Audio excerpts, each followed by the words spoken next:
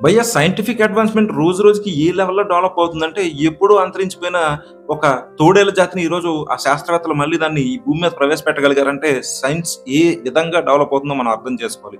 మనం 'Jurassic park' సినిమాలో చూసినట్టు డైనోసార్స్ మన మధ్య తిరిగే కాలం ఎంతో దూరంలో లేదని ఈ కొలోజల్ బయోసైన్స్ అనే కంపెనీ ఒక శాంపుల్ వదిలింది. అదే డైర్ వల్ఫ్స్‌ని ఈ భూమి మీదకి మళ్ళీ ప్రవేశపెట్టడం. ఈ డైర్ వల్ఫ్స్ అనేవేంటంటే, ఇవి తోడేలు జాతిలోని ఒక అపెక్స్ ప్రెడేటర్స్. అంటే అందులోనే అత్యంత భయంకరమైన తోడేలన్నమాట. ఇవి 12,000 సంవత్సరాల క్రితం అంతరించిపోయిన ఒక జాతి.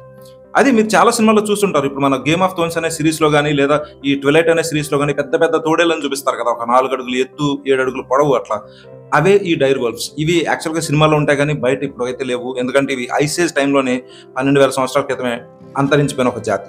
అయితే శాస్త్రవేత్తలు ఈ అసాధ్యాన్ని సుసాధ్యం చేశారు. ఈ డైర్ వల్ఫ్స్ ఏవైతే అంతరించిపోయాయో వాటిని మళ్ళీ భూమి మీద జీవం పోసుకునేలా చేయగలిగారు. అసలు ఇది ఎలా సాధ్యమైంది? అసలు ఈ కంపెనీ ఏంటి? దీని హిస్టరీ ఏంటి? అసలు వీళ్ళ మోటో ఏంటి? వీళ్ళు భవిష్యత్తులో ఏం చేయబోతున్నారో మనం ఈ వీడియోలో తెలుసుకునే ప్రయత్నం చేద్దాం. సో మీరు 'జురాసిక్ పార్క్' సినిమాలో చూస్తే ఒక కంపెనీ ఉంటది. వాళ్ళు ఏం చేస్తారంటే, ఎప్పుడో అంతరించిపోయిన డైనోసార్ ఎగ్గో లేకపోతే ఒక శాంపుల్ డిఎన్ఏనో తీసుకొని దాని నుంచి మళ్ళీ డైనోసార్స్‌ని సృష్టించి, టీరెక్స్ లాంటి పెద్ద పెద్ద డైనోసార్స్‌ని సృష్టించి అవంతా ఒక ఐలాండ్‌లో పెడితే అవంతా మొత్తం విచ్ఛిన్నం చేసేస్తుంటాయి. ఫస్ట్ 'జురాసిక్ పార్క్' నుంచి ఇప్పుడు రీసెంట్‌గా వచ్చిన 'జురాసిక్ వరల్డ్' వరకు అన్నిట్లో కూడా ఇదే స్టోరీ. అయితే ఇదంతా మనం సీట్‌లో కూర్చొని స్క్రీన్ పైన చూసాం. కాకపోతే ఇప్పుడు మనం మన కళ్ళెదురుగుండానే త్వరలోనే చూడబోయే సినిమా ఇది. ఎందుకంటే ఇది సినిమా కూడా కాదు, ఇది రియల్ ఇది.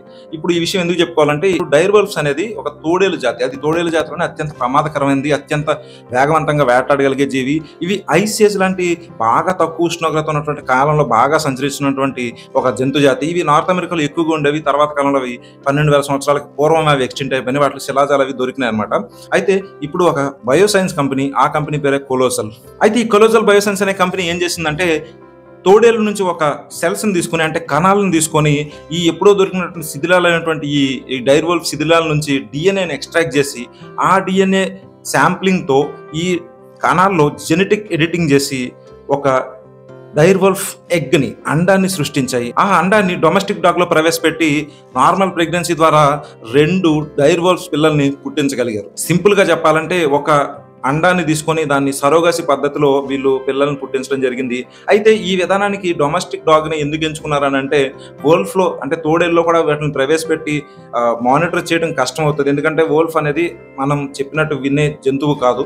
బట్ డొమెస్టిక్ డాగ్ అయితే ట్రైనర్స్ ఉంటారు. వాళ్ళకి మానిటర్ చేయడం అవుతుంది. ప్రెగ్నెన్సీని ఫస్ట్ డే నుంచి ఆ ప్రెగ్నెన్సీ డెలివరీ అయ్యే వరకు కూడా క్లోజ్‌గా మానిటర్ చేస్తూ ఆ బేబీ గ్రోత్స్ ఎలా ఉన్నాయంతా కూడా చాలా డీటెయిల్‌గా అనలైజ్ చేయగలుగుతారు. కాబట్టి వాళ్ళు డొమెస్టిక్ డాగ్స్‌ని తీసుకోవడం జరిగింది. అలా నార్మల్ ప్రెగ్నెన్సీతో పుట్టించిన ఆ 2 పిల్లలకి రెమోస్, రాములస్ అని పేర్లు పెట్టారు. రీసెంట్ గానే 3వ డైర్ వల్ఫ్ ని వీళ్ళు తయారు చేస్తారు. దాని పేరే కలిసి. అయితే ఇప్పుడు ఈ డైర్ వల్ఫ్స్ కూడా ఒక సీక్రెట్ లొకేషన్ లో, ఒక 5 మైళ్ళ రేడియస్ ఉన్నటువంటి ఒక ఫారెస్ట్ లాంటి ఏరియాలో స్పెసిఫిక్ గా వాటిని పెట్టి, వాటిని డ్రోన్స్ తో ఇంకా సీసీ కెమెరాస్ తో మొత్తం మానిటర్ చేస్తూ వాటి యొక్క బిహేవియర్ ఎలా ఉంది, అవి ఎలా జీవించగలుగుతున్నాయి అనేది కంప్లీట్ గా క్లోజ్ గా మానిటర్ చేస్తున్నారు.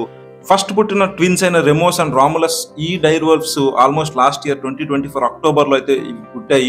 వాటిని అప్పటి నుంచి 6 months అయింది ఇప్పటికి. వాటిని చాలా జాగ్రత్తగా, చాలా క్లోజ్గా అబ్జర్వ్ చేస్తున్నారు. వాటి యొక్క బిహేవియర్ ఏంటి, ఎలా బిహేవ్ చేస్తున్నాయి, అవి ఇప్పుడు వైల్డ్లోకి వదిలితే ఏ విధమైనటువంటి జీవనాన్ని కొనసాగించగలుగుతాయి అన్నటువంటి విషయాల్ని ఈ కొలోజల్ బయోసైన్స్ అనేది చాలా క్లోజ్గా మానిటర్ చేస్తుంది.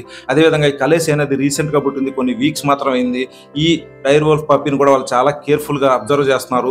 మొత్తానికైతే ఎప్పుడు 12,500 సంవత్సరాల క్రితం అంతరించిపోయిన ఒక జీవ జాతిని మళ్ళీ ఈ భూమి మీద ప్రవేశపెట్టడం ద్వారా కొలోజల్ బయోసైన్స్ అయితే ఒక అద్భుత విజయాన్ని అయితే సాధించింది. అయితే ఇందులోనే శాస్త్రవేత్తలు భిన్న వాదనలు వినిపిస్తున్నారు. ఏంటంటే, వీళ్ళు తీసుకున్న కణాలు ఒక వోల్ఫ్ కణాలే కాబట్టి, తోడేలు కణాలే తీసుకున్నారు కాబట్టి వీటిని డైర్ వల్ఫ్స్ అని మనం ఖచ్చితంగా చెప్పలేము అనేసి ఒక వాదన చెప్తుంటే, లేదు డిఎన్ఏ సీక్వెన్సింగ్ ద్వారా ప్రీవియస్ డిఎన్ఏనే మళ్ళీ వీళ్ళు సీక్వెన్సింగ్ చేసి మళ్ళీ అదే విధమైనటువంటి డైర్ వల్ఫ్స్ సృష్టించారు కాబట్టి ఇవి ఖచ్చితంగా డైర్ వల్ఫ్స్ అనే వాదన కూడా ఉంది.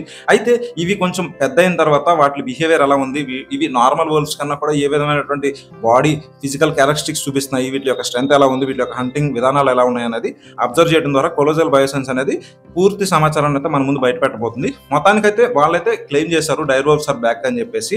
ఎప్పుడో ఎక్స్టింక్ట్ అయిందని తీసుకురావడం జరిగింది. వాళ్ళు ఇక్కడతో ఆగట్లేదు. ఎప్పుడో అంతరించిపోయిన టస్మానియన్ టైగర్ని మళ్ళీ తీసుకొస్తామంటున్నారు, డోడో డక్ని మళ్ళీ తీసుకొస్తామంటున్నారు. అన్నిటికన్నా బిగ్గెస్ట్ థింగ్ ఏంటంటే, వాళ్ళ యొక్క చెక్ లిస్ట్ లో ఉన్న బిగ్గెస్ట్ థింగ్ వాళ్ళు చేయాలనుకున్నది మ్యామూత్స్. మ్యామూత్స్ అంటే ఇప్పుడు మన ఎలిఫెంట్స్ ఏవైతే ఉన్నాయో అవి ఒక 10 అడుగుల ఎత్తు వరకు ఎదిగి ఆగిపోతాయి. కానీ మమ్మూత్స్ అనేవి 10 అడుగుల నుంచి స్టార్ట్ అవుతాయి. అంత పెద్ద ఎలిఫెంట్స్ అనమాట. వాటి యొక్క మీరు మూవీస్ లో చూస్తే 10,000 BC లాంటి మూవీలో చూస్తే పెద్ద పెద్ద కొమ్ములు ఉన్న ఎలిఫెంట్స్ ఉంటాయి. వాటి యొక్క ఏవైతే కొమ్ములు ఉన్నాయో అవే వాటి దంతాలే ఒక 10-15 అడుగుల పొడవు ఉంటాయంటే మీరు అర్థం చేసుకోవచ్చు ఆ మామూత్స్ అనేవి ఏ రేంజ్లో ఉంటాయి అనేది. ఈ కొలోజల్ అనే కంపెనీ యొక్క చెక్ లిస్ట్ లో వీళ్ళు డోడో డక్ ని, టస్మానియన్ టైగర్ ని, అదేవిధంగా మామూత్స్ ని కూడా తీసుకొచ్చేలా ఉన్నారు. అయితే వీళ్ళు ఇక్కడ తాగుతారా అంటే ఆశ్చర్యపోవాల్సింది. ఎందుకంటే వీళ్ళ అల్టిమేట్ గోల్ అయితే నాకు తెలిసి ఈ డైనోసార్స్ మళ్ళీ తీసుకురావడమే. మొత్తానికైతే జురాసిక్ పార్క్ సినిమాలో చూపించినట్టు వీళ్ళు డైనోసార్స్ తయారు చేసి మొత్తం మానవ జాతి మీద ఒక ముప్పును తీసుకొస్తారా, లేకపోతే ఎప్పుడో అంతరించిపోయిన జైవజాతను మళ్ళీ తీసుకొచ్చి సమతౌల్యాన్ని పారదోలుతారా, లేకపోతే ఏ విధంగా ఇది అడ్వాన్స్మెంట్ జరుగుతుంది, ఏ విధంగా హెల్ప్ఫుల్ అనేది కూడా చాలా మంది సైంటిస్టులు ఉన్నటువంటి ఒక ప్రశ్న అనమాట. దీని బదులు ఒక లైఫ్ సైన్సెస్ మీద చేసి హ్యూమన్స్ లైఫ్ స్పాన్ పెంచడమో, లేకపోతే డిసీజెస్కి క్యూర్ కనుక్కోవడం అట్లాంటి విషయాల్లో వీళ్ళు అడ్వాన్స్మెంట్స్ చేస్తే బాగుంటుందని చెప్పేటువంటి వాదన కూడా ఉంది. ఏదేమైనప్పటికీ ప్రతి కంపెనీకి ఒక మోటో ఉంటుంది, ప్రతి కంపెనీకి ఒక విజన్ ఉంటుంది. ఈ కొలోజల్ కంపెనీ కూడా ఒక విజన్తో పనిచేస్తుంది. ఆ విజనే అంతరించిపోయిన జీవజాతిని మళ్ళీ పునరుద్ధరించడం. సో ఆ విషయంలో వీళ్ళైతే ఫస్ట్ సక్సెస్ఫుల్ మేజర్ స్టోన్ అయితే టచ్ చేశారు, అదే డైర్వల్స్ ని తిరిగి తీసుకురావడం. ఈ వీడియో మీకు నచ్చినట్లయితే లైక్ చేయండి, మన ఛానల్ని సబ్స్క్రైబ్ చేయండి. సో ఎప్పుడూ అంతరించిపోయిన ఈ డైనోసార్స్, తోడేళ్లు, మమ్ముత్స్ ఇలాంటి జీవుల్ని మళ్ళీ భూమి మీద ప్రవేశపెట్టగలుగుతున్నప్పుడు ఎప్పుడో చనిపోయిన మనిషిని మళ్ళీ తిరిగి తీసుకురావడం పాసిబుల్ అవుద్దా? మీరేమనుకుంటున్నారో కామెంట్లో అయితే చెప్పండి. దాని గురించి అయితే మనం నెక్స్ట్ వీడియోలో మాట్లాడుకుందాం.